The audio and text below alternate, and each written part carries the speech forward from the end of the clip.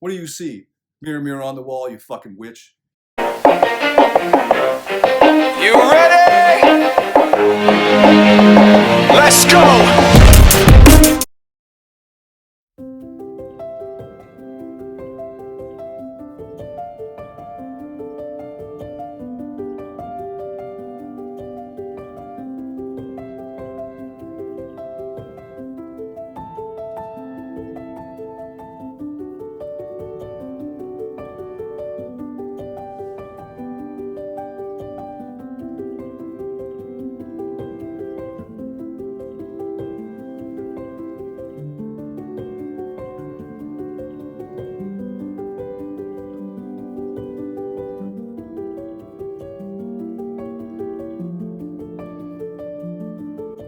So the sin, the evil, the X, we're talking about, like, whatever that bad thing is, if you covet that, you're no better. You're actually worse than the sinner, the one who's indulging in it, right? Because you don't even get it. That's pathetic, right? If you want to bang 100 girls or bang 100 dudes, you don't actually know that many women who want to bang 100 dudes, but, and you're like, oh man, why does that person get to do that?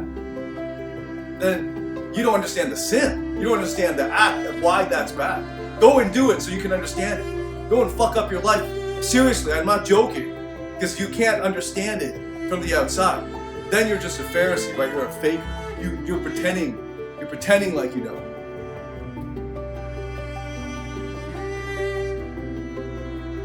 And so Neo-Confucian philosophy says that that's not knowledge. If you don't have, you can only have real knowledge of something if you experience it from the inside. So go have a rampage.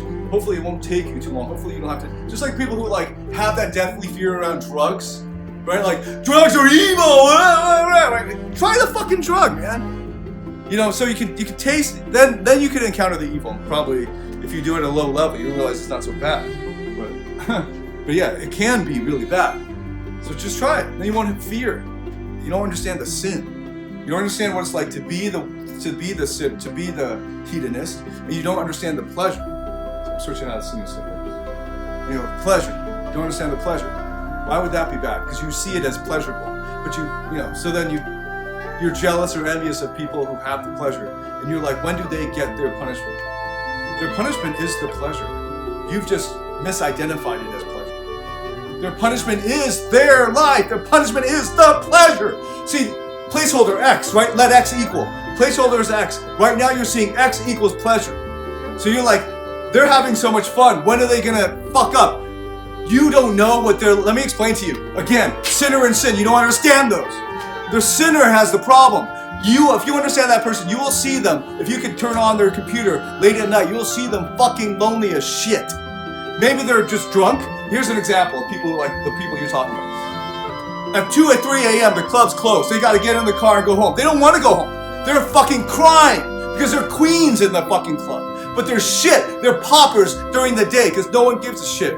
Because they've wasted their lives. They show up at 2 p.m. in the Starbucks. No one gives a fuck. Especially if they don't have makeup. They look in the mirror. They don't have makeup. They know that they're like that. They're not the queen diva that she can be at midnight or whatever in the fucking club. Their lives are empty.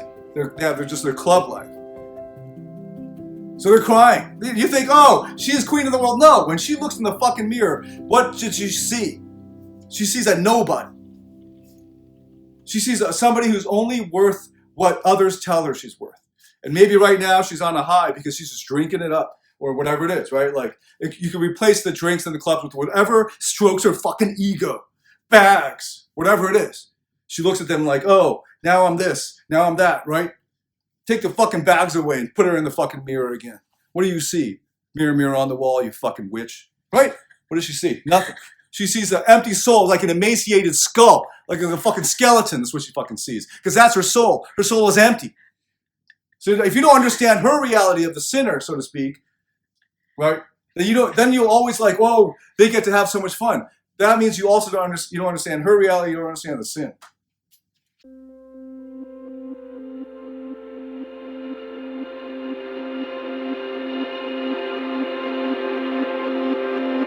It's not all that fun.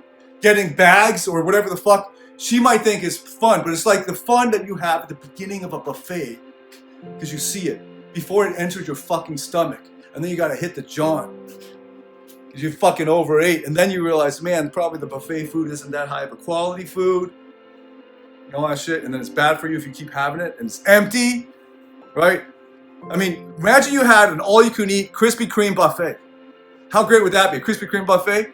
It would suck after like the 5th donut in a row. Hey, you paid, you know, for what? You paid for 10 donuts, you can eat all you want, right? Okay, so you paid for 10, you only ate 5. Come on, open your mouth and shove some more in there. Now, if you're a big guy, maybe you could, you know, eat 20 in one sitting. But there's a limit to how much a Krispy Kreme buffet can give you pleasure. That's the same as all of these other hedonistic pleasures. But then there's spiritual pleasures they'll never experience.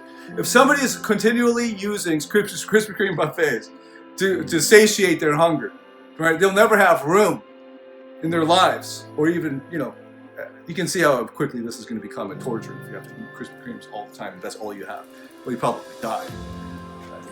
But so maybe that's where the example falls apart. But imagine someone doesn't realize it because they see everyone else eating the Krispy Kremes, and they're like, "Hey, you loser with only 3 Krispy Kreme donuts! Look at mine, I got 20!" Right, every fucking day.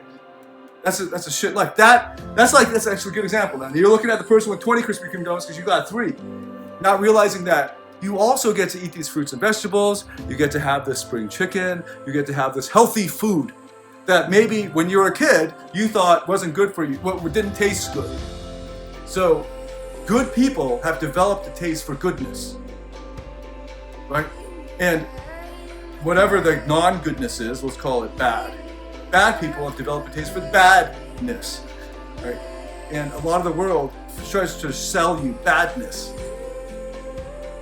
And then there's spiritual goods that the bad people were taking all their time with their badness, thinking the badness will fulfill them. They never get to taste the spiritual goods. The spiritual, I'm using the word spiritual just because it sounds like higher level goods, like love. Like most students have never experienced love. They never get to experience it. A lot of them are already closing themselves off from it. They'll never know it. And they might think, hey, I'm fucking these strippers here, I'm having these drugs here, I'm living it up here, I'm flying on the private jet there. I've been there. So it's like, you know, I've already had those Krispy Kreme donuts. They satiate like a Krispy Kreme donut does. It tastes really good for like the first 10 minutes, right? And then by the 5th one, you're feeling kind of sick. And then you try to just keep shoveling more Krispy Kreme donuts in your mouth, then you're feeling really sick and you don't want to eat anymore. But too bad, you've already made your choice. You have no idea what other food there is. So I guess I'm out here telling people whether they can get a lot of Krispy Kreme donuts or not. I love Krispy Kreme, I don't know why. Whether they can get those, whatever we're calling them sinful or whatever, hedonistic pleasures, whether they can get them or not, they're going to be empty anyway. Right? So like, hey, if you ever get sick of that stuff because you had 20 of them and you're throwing up now, there is an alternative. I know none of your friends have ever experienced the alternative. So that's what we're putting out there. So a good person would naturally like a loving person would naturally love. You know, so that's where unconditional love comes from, right? And they wouldn't look at the person who gets to fuck 10 strippers and say, oh, when are they gonna get their punishment? How come I don't get to do that? No, they already see that as a very low-level pleasure that satiates for a very short period of time. And then they're up here and wish that those people could come up here because it's so much better and it's infinite. There's not an end to it.